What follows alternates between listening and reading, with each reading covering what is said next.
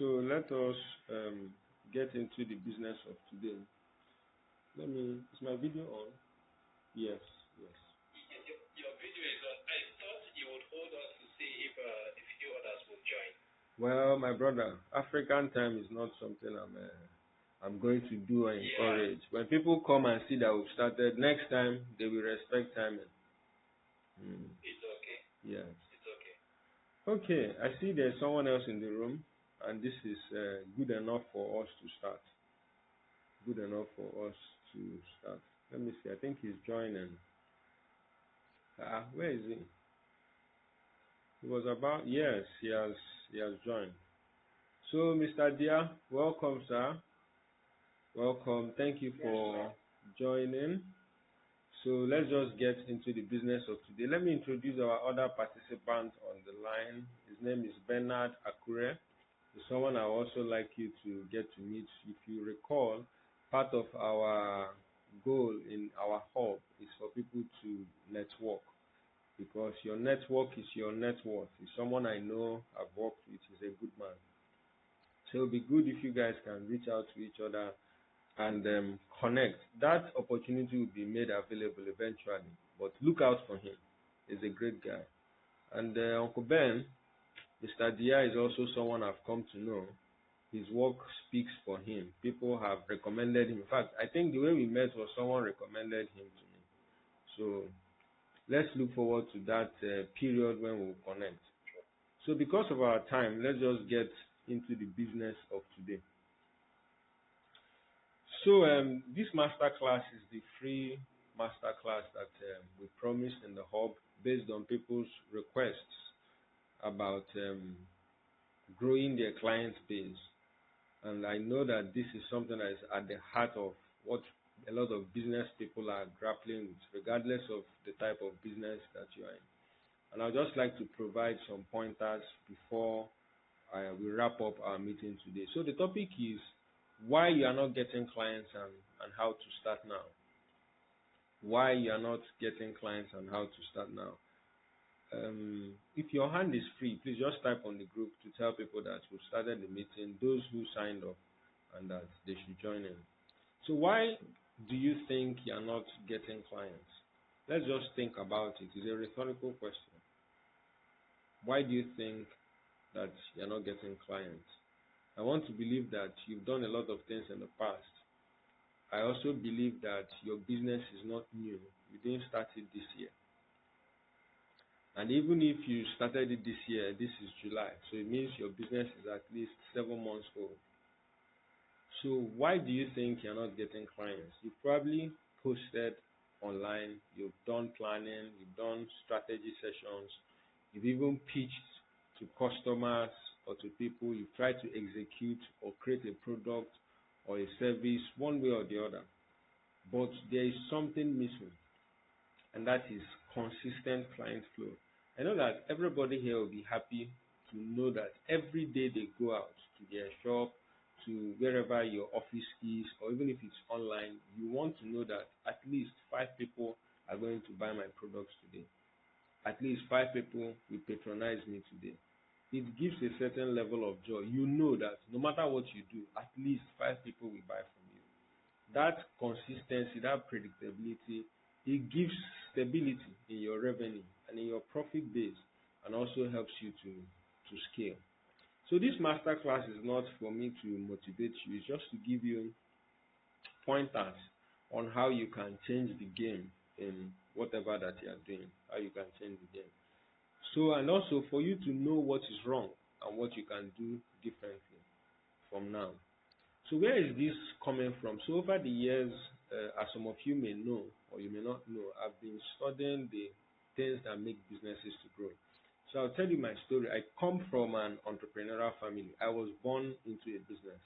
All my growing years, I spent it in a business. Every day I was in that business. The only day I was not in the business was when I was in school or when I was in church. In fact, some Saturdays or even Sunday evenings, I was in that business. So by the special grace of God, I understand business. Especially, I understand business from startup to growth phase to maturity phase. I understand it. I've lived it. by God's special grace. And then I've also trained. I studied economics. Economics has business and consumer behavior theory, management aspects, and all that. And I've done fellowships on entrepreneurship.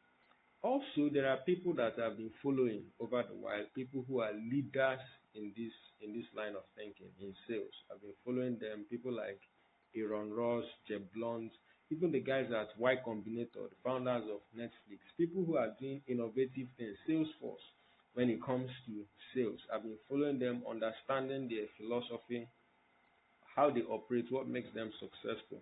And this masterclass is a distillation of those ideas for where you are now, for your stage, by pointing out what is wrong, what we can do to reset it, the reset button, and how we can change the game for you so that you start seeing clients consistently. So the next thing I'll say is that I strongly believe that when people are not seeing clients consistently, the first thing I usually say is, who is in your ICP? Now, what is an ICP? An ICP is your ideal customer profile. Your ideal customer profile. Who is in your ICP? Think about it. So I'm going to pause for a moment so that you just think, because you're supposed to be thinking. You're supposed to be thinking. And please don't share the link in the public group. It's for those who indicated. What we are trying to create in our hobbies is commitment, accountability, and seriousness. If people don't want something, that's fine. Those who want it, we expect them to be serious. So it's for those people who said amen. So if they are in, they should go to their private chat and get it. Please don't share on the main group so that unserious people don't join. Okay, so let's get back to business. We talked about your ICP, and then thank you for posting on the group. What is your ICP? Your ideal customer profile. When you close your eyes, who is your product or service is it designed for? There should be somebody your product is designed for. Now, let me tell you a story. I recall one day I was listening to the founders of Afro Nolly. Yeah, I think so. Yeah, Afro Nolly. I think Madam Jane, and I think the man's name is, I don't remember his name now, but those were the pioneers in that industry at that time, that even when Mark Zuckerberg came to Nigeria, he went to see them. This was before 2010. This was before, they started that company before 2010, Afro Nolly. And when they were telling the story of how they built it, they said they designed a product for MTN. MTN did not tell them to design a product for them. They just sat down, saw that MTN has this problem, designed the product for MTN, and eventually took it to MTN. And when MTN saw that this was tailor-made for them, they bought into the idea. And I think it was the MTN 2010 World Cup. Please confirm what I'm saying online so that if I'm wrong, you can quickly correct me. I'm speaking from my memory, and our memory can be fuzzy at times. But what I'm trying to say is that these people created a product for a customer. So think in your mind, who is my ideal customer? This product I'm selling, whatever product you are selling, who is the best person that should buy this product? Who has this problem that I'm trying to solve? Remember, as founders, as sales professionals, as consultants, we are problem solvers. If you are not coming from a problem-solving perspective, then we are probably 419. So that's what differentiates us from fraudsters. We come to solve a problem, and that's why people pay us. So if somebody is not willing to pay you, it means they don't think that you have solved their problem. Or maybe you've solved their problem, but they don't have the money to pay. So those are the things you should be looking at. What industry, who is my ideal client? What industry is this person? What is their job? What job do they do? What context? What's the context of their existence? You ask yourself, what problems are they trying to solve in their day-to-day lives? For instance, Uber was trying to solve a commute problem. There were other things, other ancillary problems they solved along the way. They have improved the transportation industry globally. So these are the things you should think about. It's the first place to start when you start saying, I'm not getting consistent clients. is who is your ideal client. There are ideal clients and there are non-ideal clients, but it's always good to know who you are building for. Then you ask yourself, what language do my ideal clients use to describe their pain? For those of us in business, we are used to things like I need to increase my customer base, my client base. Now, imagine people who are in healthcare and wellness, the healthcare and wellness industry, and they are private business people. What do you think, what language do you think they are going to use when they are describing their pain? They are probably going to say, I need to increase my patient flow. So in your own case, you ask yourself, what language do my people use to describe their pain? And what are the triggers that make them to take action? What are the triggers that make them to take action? So these are questions you must ask yourself. Your success begins with you. Your change begins with you. The consistency of your client base begins with you. And it begins with clarity. It begins with understanding that this is who I am here for. You are just here for one person, one set of people. And once you satisfy those people, you are fine. If you can find 100 people who are delighted about what you do, who are your fans, who will go to, let's say, Hades and back because of you, it's better than 1 million people who just think what you're doing is nice or who just like you. So that is the goal. I know these things are easy to say. But they are hard to do. But it starts with you. So every time you think there's a problem in your business, say, this is probably me. What is it that I have not done? What is it that I should be doing right now? So we've talked about the ICP. The next thing is, do you have an outbound or an outreach routine or rhythm? Do you have an outbound or outreach routine or rhythm? Is there a cadence to the way you go about getting business, getting new business, about getting clients? Is there a rhythm? Is there a system? Is there a flow? One of the things that a lot of founders and a lot of salespeople don't know is that sales is not an event. Yes, sales is not an event. Although it looks like an event, you've done a transaction, money is in the bank, you say, I just made a sale. It's not an event. Sales is a system. You have to have that understanding in your mind. And I'll repeat it at least 3 times so that you remember it. If you leave this meeting, you remember it. Sales is not an event. Sales is a system. Sales is not an event. Sales is a system. Sales is not an event. Sales is a system. As a founder, if you understand this and you are hiring people, you will be steps ahead. A lot of founders in your client or in your industry, a lot of people make that mistake. They believe that sales is an event. Sales is a system. So if you look at yourself and you look at the work that you do and you look at the way your business is operating and there is no system, you will struggle with consistent revenue, with consistent clients. Now, I'm not cursing you. I'm just saying what is.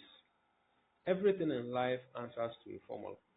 And that's why as problem solvers, our job is to decode that formula. What is the formula to this problem? Someone has solved it before. How was it solved? And I can tell you that if you want sales to be consistent, it's not juju. There is a system in place. So let's talk about it now. There are things that I know from experience that you need to do. For instance, it's important to have a period. Okay, what's the full meaning of ICP? ICP is ideal customer profile. Ideal. That is the person you are designing your product for, the person you wake up every morning for. When you go to your business, I wake up every morning for this person. I'm creating a product, or a service for them.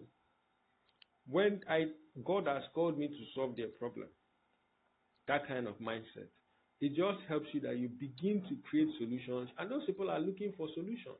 So when they hear you saying it or they see you even from afar, they come running towards you. You're welcome, sir. So I talked about having an outreach routine, an outreach rhythm, an outreach system, or an outbound system. Whether you call it outreach or outbound, there has to be something you are doing to keep prospecting. Prospecting is the lifeblood of sales. Prospecting. Prospecting. So you need to have specialization or dedication. So if you are still a solo founder, you need to dedicate a period in your week for just prospecting. You say, today I'm prospecting. There are many ways to prospect. You need to have things, a milestone that you must reach every week. You say, I'm contacting at least 100 customers in my ICP profile every week. Now imagine that you dedicate, let's say you're a solo founder, and you dedicate 3 days to prospecting. 3 days you are just prospecting is you are talking to people that you believe are in your customer profile. Every day you're talking to them. How you talk to them is up to you. Whether you are emailing them, you are DMing them, you are calling them, you are WhatsApping them, you are doing whatever you are doing is prospecting. You are targeting them, you are reaching them, you are communicating with them. Let's say you are doing it 3 days in a week. And then you tell yourself, I must do 100 every week. Try it for 30 days and check your result. Now, it depends on the kind of business that you're in. If your business is purely B2C, I would say you should attempt this for like 3 months. If your business has a high B2B component or is mostly B2B or is just B2B, I'll say try this for 8 months. 8 months, you will see a significant difference. Now, you may ask, what is B2B and B2C? B2C is business to consumer, while B2B is business to business. So let me explain business to consumer. Let's assume I'm a founder and I'm selling bole, and I put my kiosk on the street.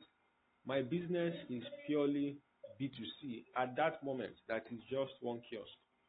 Now, if I have a kiosk or I am selling bole and I start selling to banks, I start delivering to banks every lunch time, I'm still selling to staff members in the bank. It's still B2C. Now, if Access Bank calls me and say, every time that we are going to do this Access Bank Tech Fest, every time we do it, you be the supplier. Only you will supply bole. Now I'm doing B2B. Are we together? So some businesses are B2C, B2B.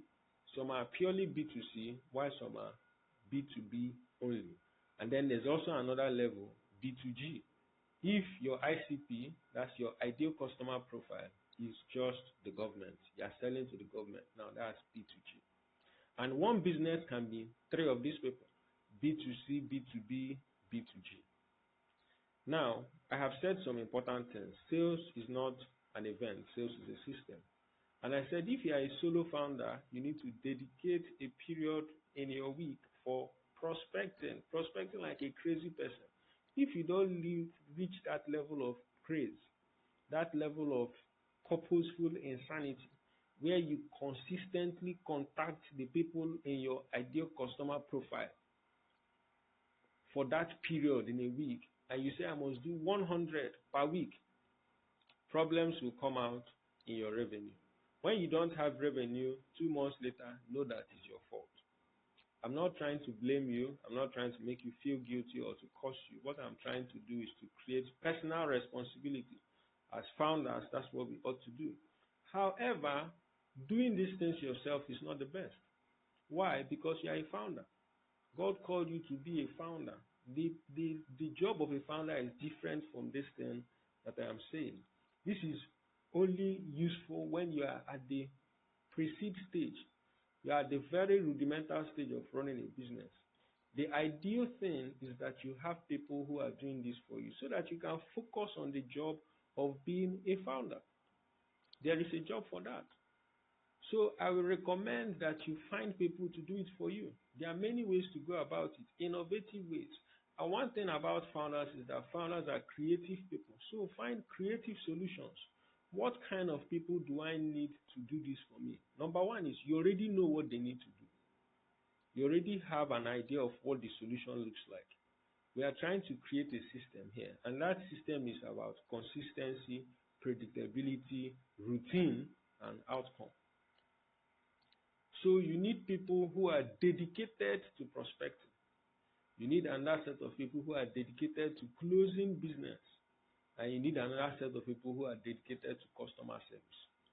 There's the fourth set of people. These are the set of people who are dedicated to inbound or market response.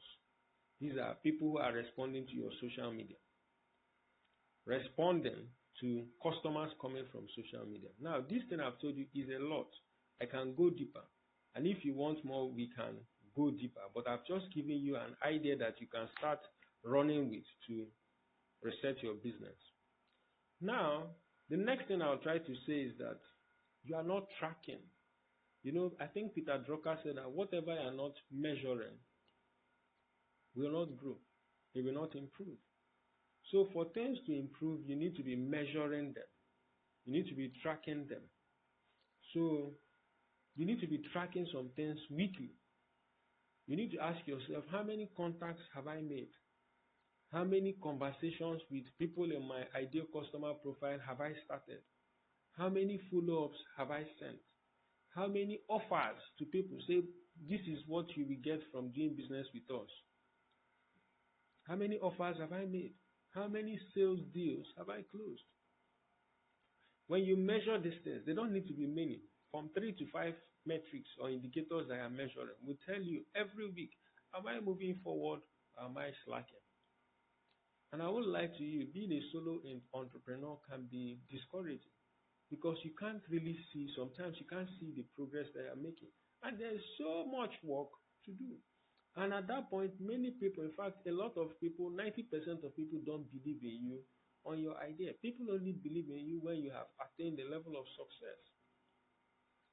So remember that what improves is what you measure. You have to measure. So it requires a level of discipline. Sorry, dear, you said something. I'm trying to read it. Okay, yeah, very disappointing. I agree with you. Very, very, very disappointing.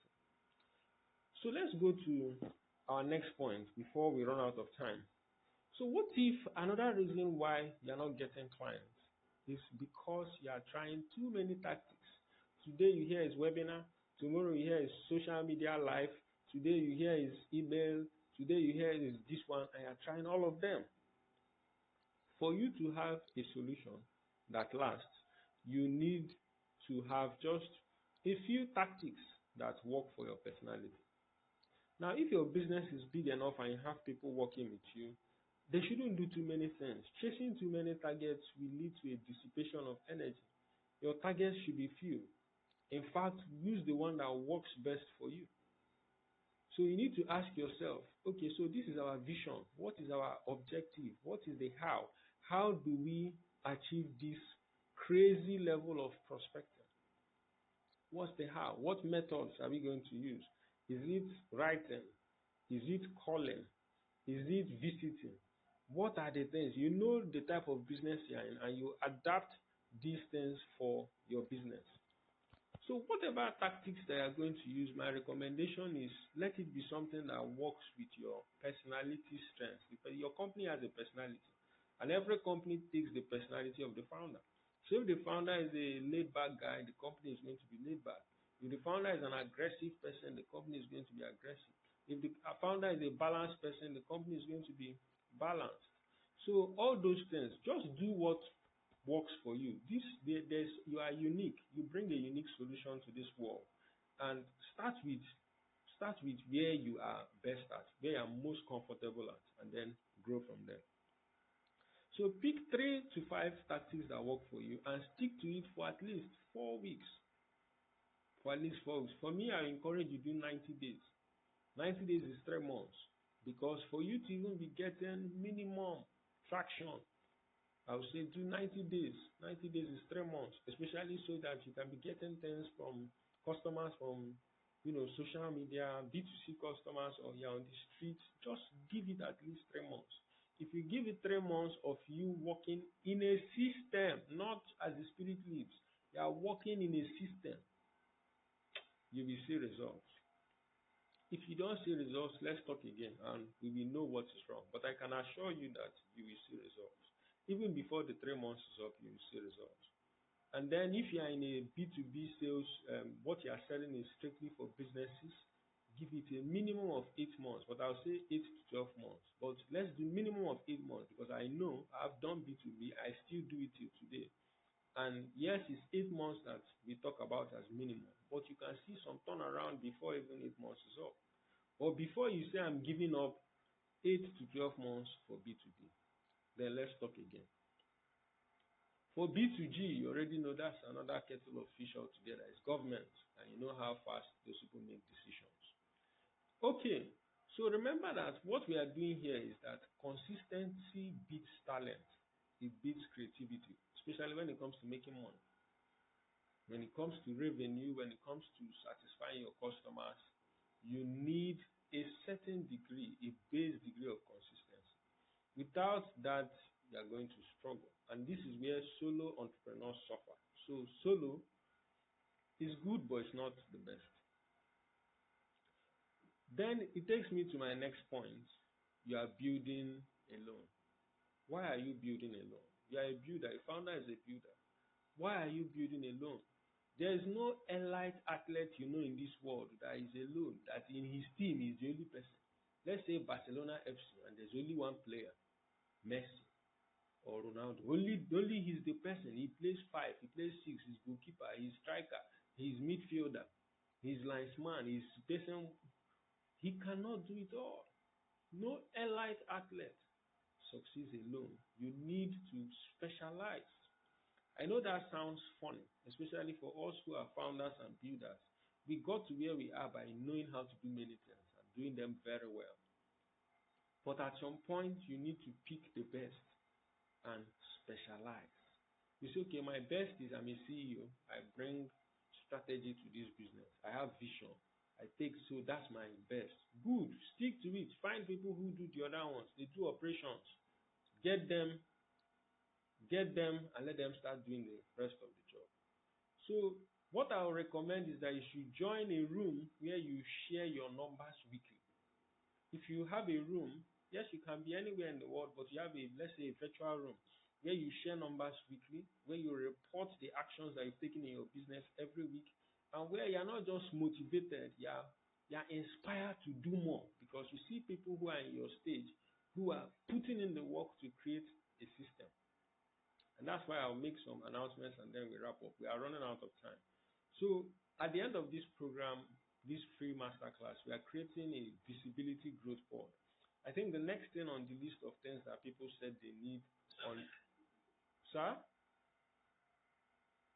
Who is speaking? Can I say something? Please hold on, sir. We are running out of time. Yeah, can you hear me? Yes, we are running out of time. Put it in the chat box, please. Put it in the chat box. Thank you very much, sir. So we are creating visibility growth pods. And these are micro peer units so that you can gain visibility.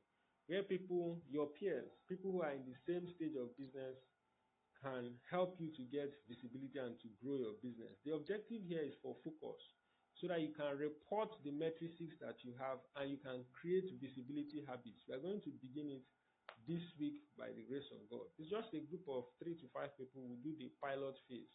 And another thing I would like to announce is that we are doing what we call the Capital Readiness Fellowship. I know that people ask about how they will get funding. So we know where you can get funding. Funding exists. In fact, about 4 weeks ago, somebody met me and told me that he has $5 million that he's willing to offer me if I'm going to create a business in a certain line. Now, he says, I've tried building a team with several people over the years, but it seems everyone wants to be their boss. Everybody wants to be their boss. How do I get people ready to build with you? Okay, I'll talk about that. So I was talking about the Capital Readiness Fellowship. It's a fellowship we are going to open to people in the hub so that we can help you become investment ready. When your business is investment ready, you can access money. Capital is available. I told you somebody met me with $5 million. It exists. It's available. It's looking for what to be put to. So the application link, we are going to share it after this session. So now let's go to Q&A, which is what Labidia asked about. He said he has worked with people and they want to be their own boss.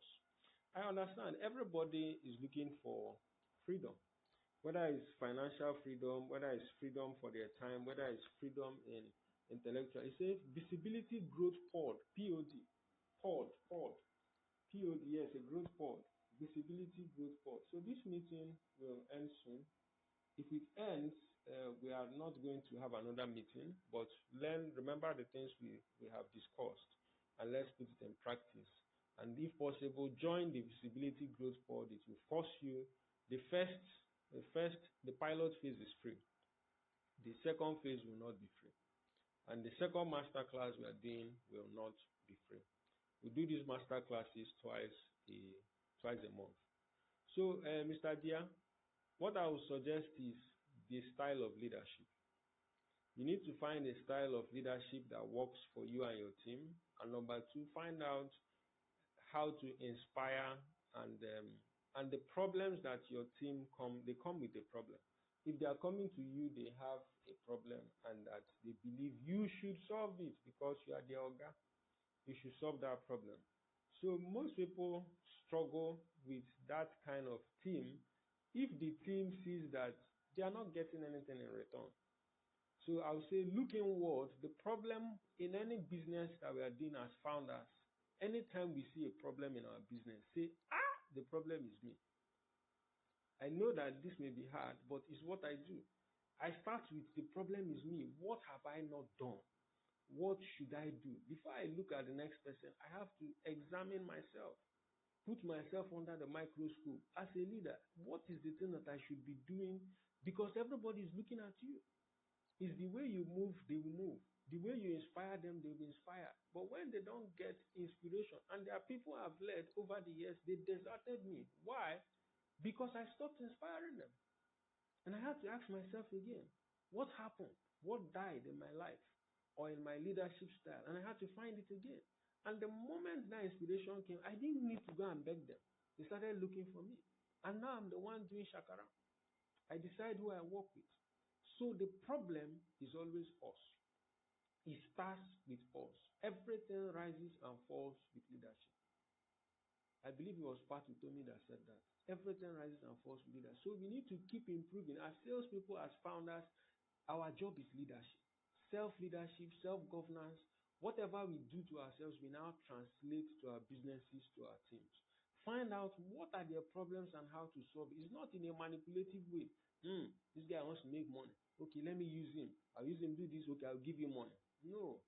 If people see that you truly care, even when you don't have anything, they'll follow you. So caring for them is important.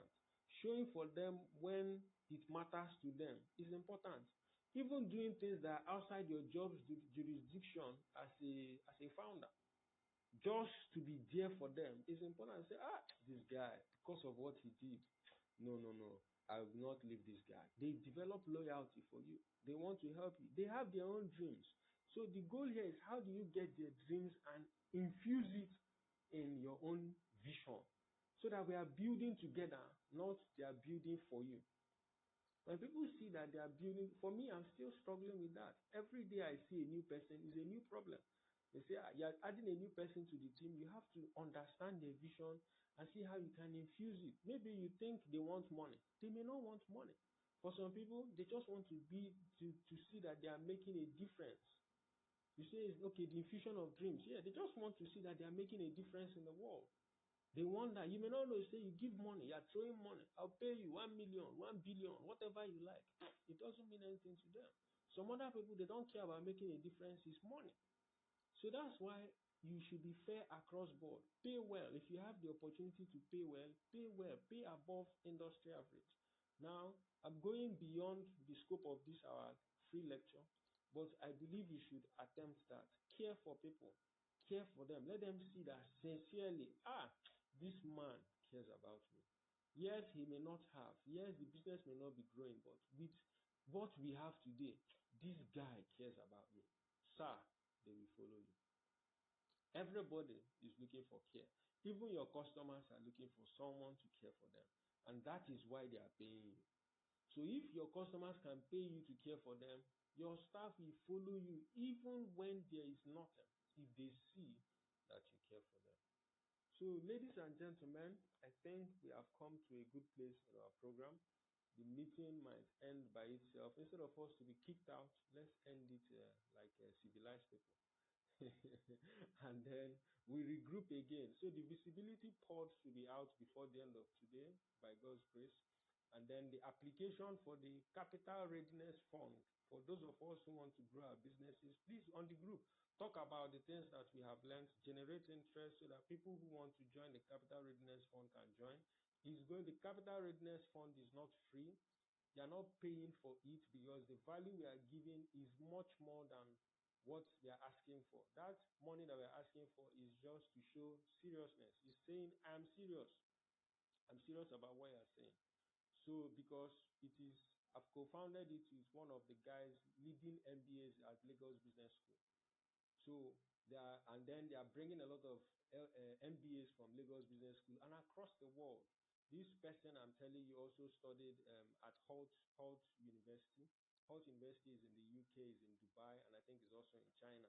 So she's the person that is going to be lead. She's one of the founding contributors of that fellowship. So it's going to be, by God's grace, very structured. In 6 weeks, your business should be ready for investment. Then we get the investors to look at you. You do your pitch or your demo. If they like it, they throw in money, and then you know what is involved. You prepare for what is involved in being invested in. So that's that. How much? So it's 25,000 naira to join, but we are giving 2 seats as scholarship.